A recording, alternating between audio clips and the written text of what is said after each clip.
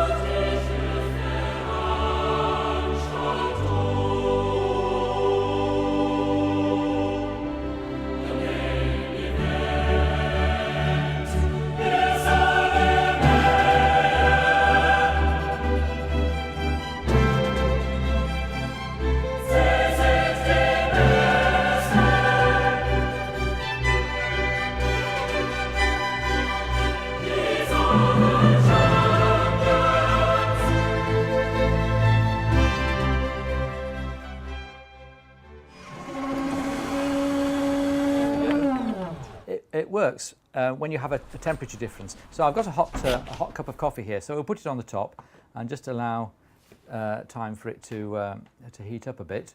The blue plate on the bottom is a piece of aluminium, and it's being heated up by the heat from the coffee. And inside there's an enclosed volume of air inside the Stirling engine. There are two pistons. There's a big white piston inside the bottom section here, and then there's a small black piston at the top.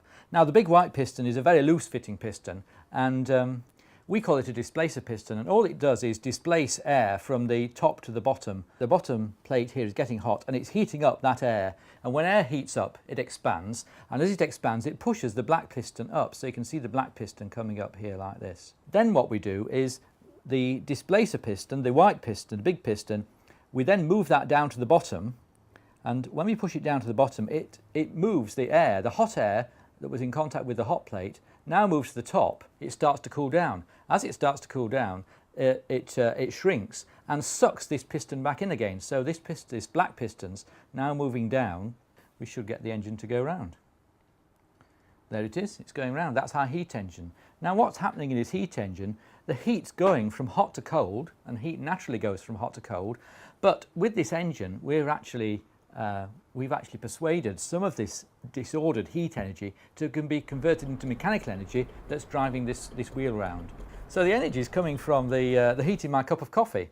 My cup of coffee is getting colder. It's taking heat out of the cup of coffee, and the heat's going from the hot side to the cold side, and some of that heat energy is being converted into mechanical energy in this little Stirling engine here.